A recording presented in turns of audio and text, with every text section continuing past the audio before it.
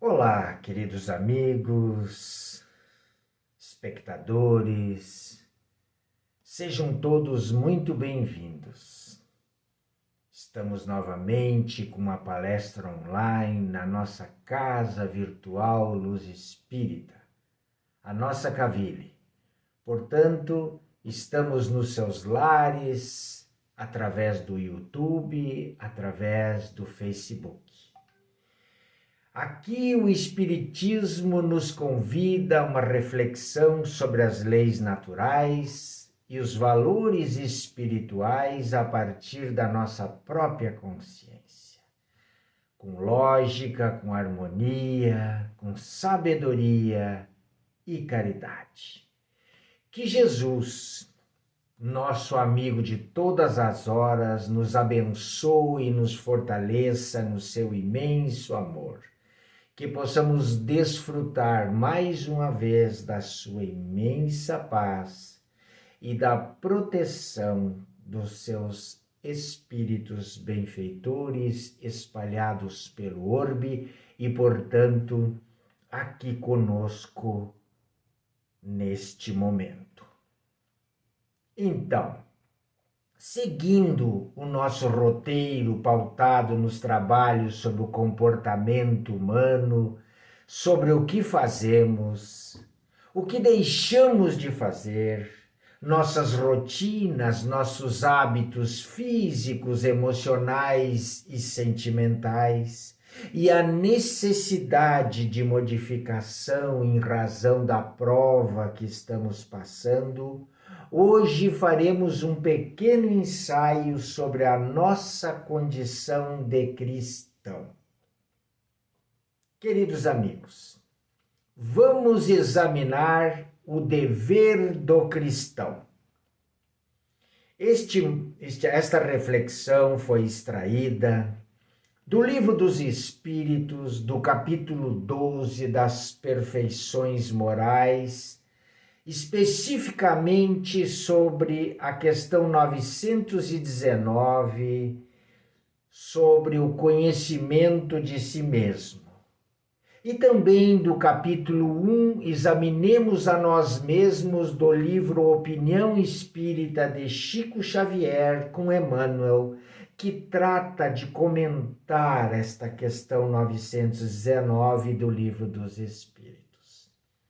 E a gente começa com uma pequena pergunta. Já nos consideramos naturalmente cristãos? Certo? Bem, o Espiritismo nos ensina, baseado nos Evangelhos, que somos seguidores de Cristo Jesus, portanto, cristãos. Mas a resposta é bem mais complexa e difícil do que nós imaginamos. E eu vou tentar esclarecer com base na matéria que nós escolhemos. Estamos em meio a uma pandemia ou terminando de vencê-la, estamos lutando para vencer esta prova coletiva. O mundo está unido com um único propósito: fortalecer o sistema de saúde, encontrar uma vacina, uma proteção contra o Covid-19. Mas não podemos esquecer que o mundo de regeneração vem aí. A transição planetária está em pleno andamento. E aí? E aí, meus irmãos? A quase totalidade de nós nasceu num berço seguidor ou orientado por uma religião oriunda do cristianismo. Somos católicos, evangélicos, protestantes, espíritas. Por ela fomos criados, certo? Então, criamos hábitos, digamos, religiosos, de sermos pessoas boas, tementes a Deus. Aprendemos que existe um céu, um inferno, sem maiores explicações. Aprendemos que é bom ir às missas ao final de semana, confessarmos nossos pecados a fim de sermos perdoados por Deus, no sentido da anulação de nossas faltas, tomarmos a hóstia, etc, etc. Será que isso é suficiente para a redenção da nossa alma no caminho da casa do Pai? Ou mesmo para entrarmos no mundo de regeneração? Pois bem, ao estudarmos o Espiritismo e as leis morais, que são as leis naturais, percebemos que a nossa forma infantil de ver a religiosidade precisa de novos parâmetros. E o Espiritismo levanta o véu da ignorância sobre nós mesmos, sobre Deus, sobre os nossos semelhantes e inclusive sobre o nosso contato com a natureza, que também é divina.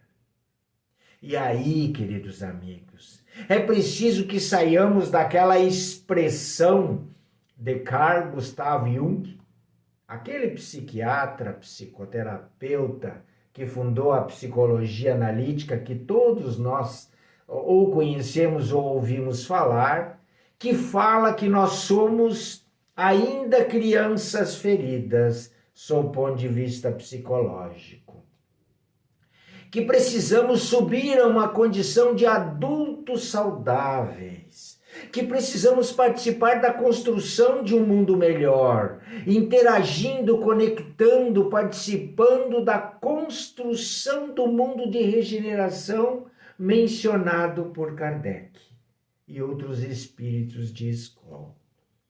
E para que a gente entenda isso, e a nossa condição de cristãos para determinar os nossos deveres, eu trago do nosso benfeitor Bezerra de Menezes uma colaboração preciosa para o tema que estamos abordando.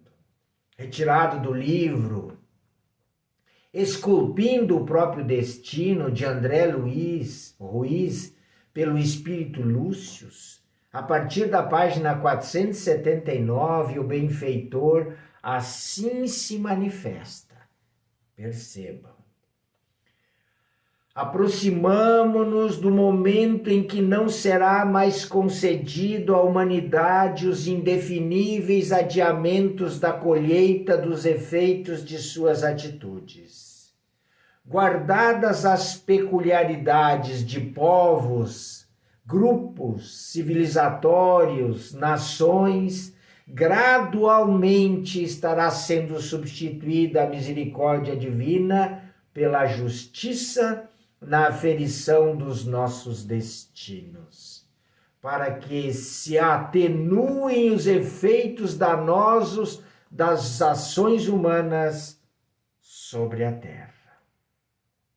Assumindo o seu papel na ordem cósmica, a justiça coordenará com precisão as consequências que deverão recair sobre todos aqueles que foram aconselhados pacientemente pela misericórdia divina, eu diria mais, aconselhados e ajudados, e que não souberam valorizá-la nem aproveitaram os diversos adiamentos concedidos. Então, nesse sentido, esse esforço de seleção, no qual vão se empenhar para a sustentação dos devotados servidores do bem, daqueles que demonstrarem estar preparados para aceitar as novas regras da compaixão, fugindo do imediatismo, da superficialidade, da mentira, da insinceridade e do interesse pessoal. Estamos em plena passagem, diz o benfeitor, do governo direto da misericórdia para a justiça, que de acordo com a sua sintonia, seguindo uma organização, um protocolo, irá medir os nossos sentimentos e as nossas obras.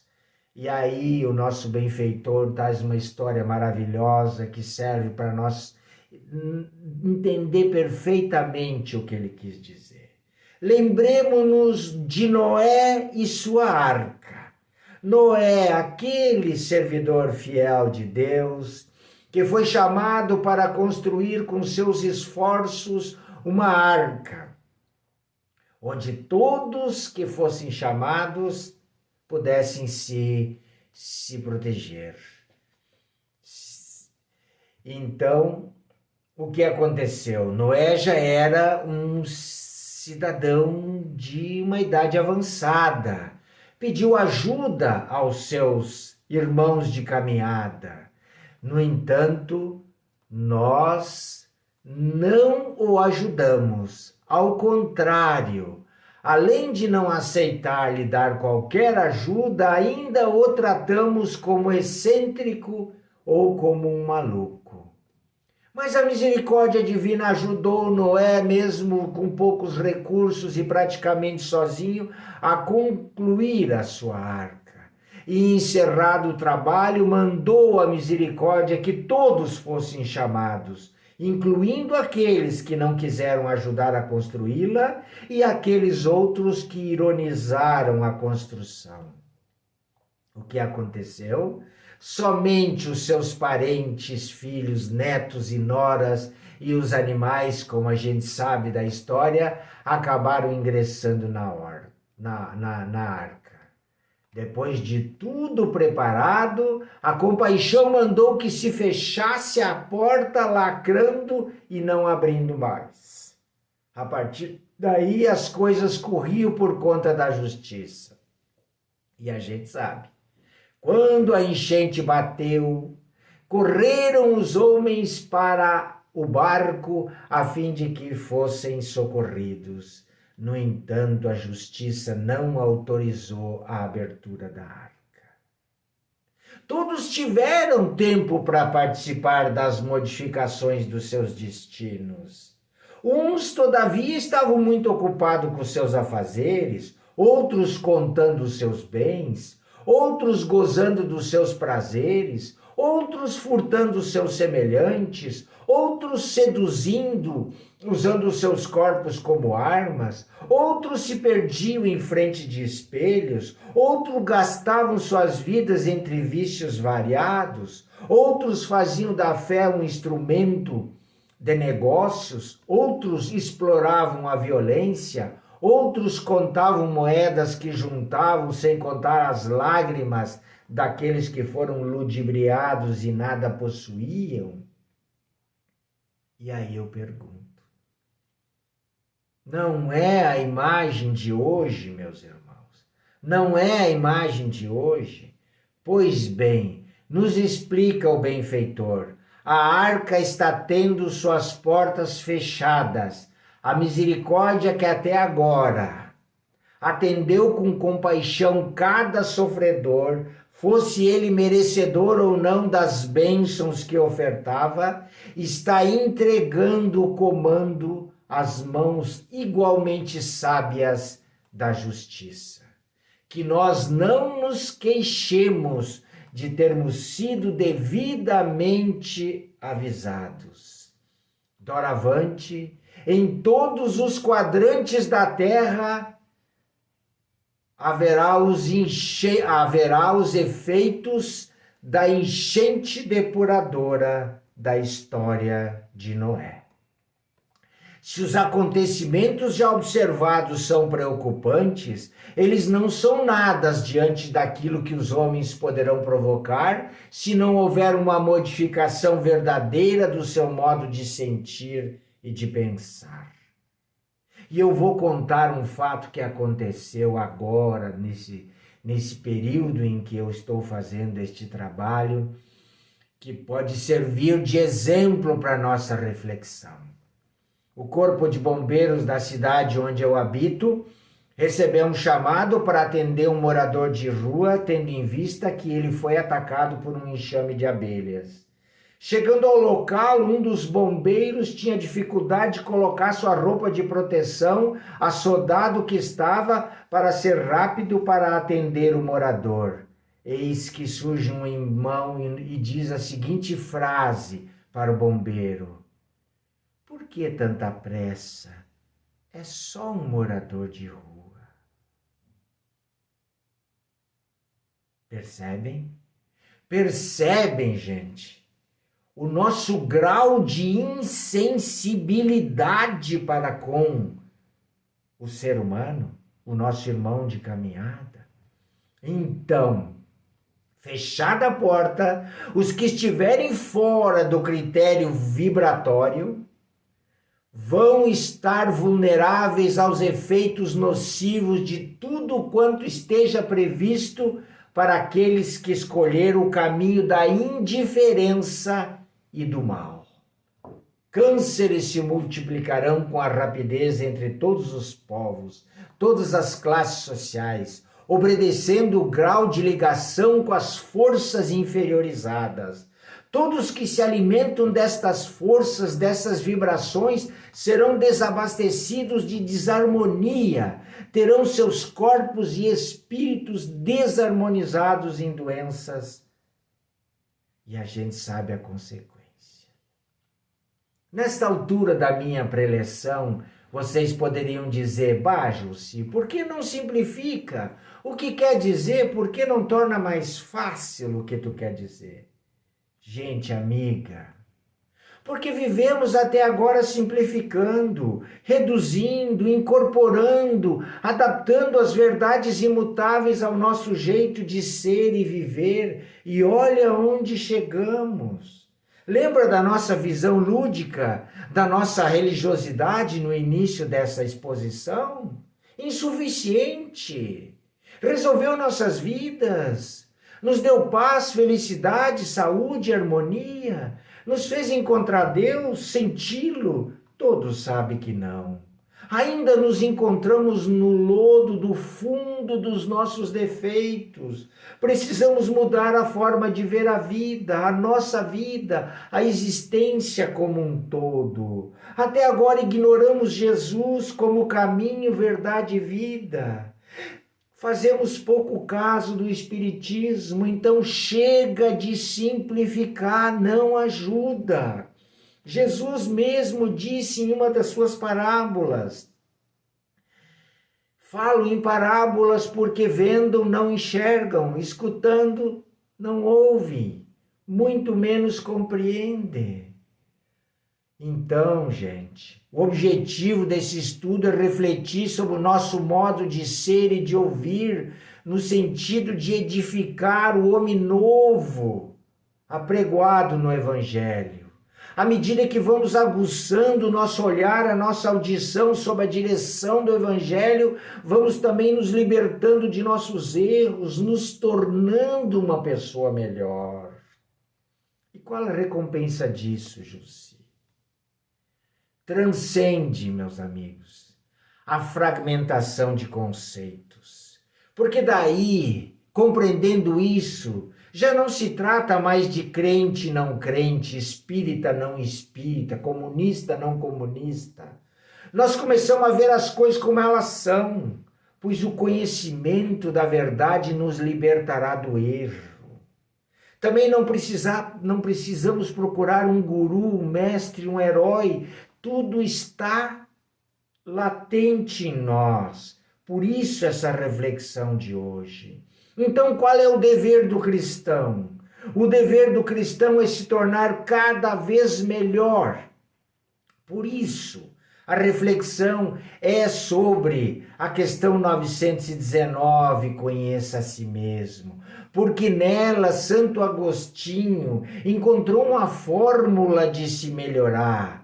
Afinal de cada dia, ele interrogava a sua consciência, passava em revista o que havia feito, perguntava a si mesmo se não tinha faltado com algum cumprimento do dever, se não tinha molestado ou prejudicado alguém, se Deus houvesse de lhe retirar da cena da carne naquela noite, se teria receio de partir para a pátria espiritual. E assim ele descobriu aquilo que ele precisava reformar. Então é muito oportuno que, na condição de seguidores de Jesus, nos perguntemos para saber como podemos nos melhorar. Não é verdade? Como podemos nos corrigir? Como podemos ser verdadeiros cristãos? E aí, eu faço algumas perguntinhas. Como está a nossa paciência? Estamos mais calmos, mais compreensivos? No relacionamento doméstico, já conquistamos um clima de paz no lar? Perante os nossos amigos, trazemos o evangelho mais vivo nas nossas atitudes? Quanto à nossa capacidade de sacrifício, notamos que já temos condições de servir voluntariamente? E o desapego? Andamos um pouco mais livres dos anseios das posses terrestres? Usamos com mais intensidade os pronomes nós, nosso e nós, e menos os determinativos eu, meu e minha? Os nossos instantes de tristeza e cólera estão mais raros? Estudamos a doutrina que professamos? Ainda cultivamos alguma discreta desavença? Temos orado regularmente? Temos o verbo mais indulgente, os braços mais ativos e as mãos mais abençoadas? O evangelho é alegria de coração. Estamos de fato mais alegres, felizes, intimamente nesses últimos 3 anos? Então, gente, interrogamos a nossa consciência quanto à utilidade que temos dado ao nosso tempo, à nossa saúde e aos ensejos de fazer o bem. Porque senão a oração do Pai Nosso não pode ser feita por nós. Seria inútil dizer Pai Nosso se a minha vida eu não ajo como filho de Deus, fechando meu coração para o amor. Seria inútil dizer estais no céu se meus valores são apresentados pelos bens da terra. Seria inútil dizer santificado seja o vosso nome, se penso apenas em ser cristão por medo, superstição e comodismo. Seria inútil dizer venha a nós o vosso reino, se acho tão sedutora a vida aqui cheia de futilidade. Seria inútil dizer seja feita a vossa vontade, se no fundo desejo mesmo é que todos os meus desejos se realizem. Busquemos descobrir em nós mesmos as marcas do progresso que o contato com o Mestre tem realizado em nós. E se descobrirmos que andamos estacionários, coloquemos de imediato mãos à obra no trabalho da nossa reforma a fim de nos tornarmos verdadeiros cristãos. Isso porque o mundo necessita desta reforma, da nossa modificação, de pessoas melhores. O mundo de regeneração vem aí. Esse é o nosso recado de hoje. Espero que tenham gostado. Fiquem com Deus. Muita paz e muita luz a todos e até uma próxima oportunidade.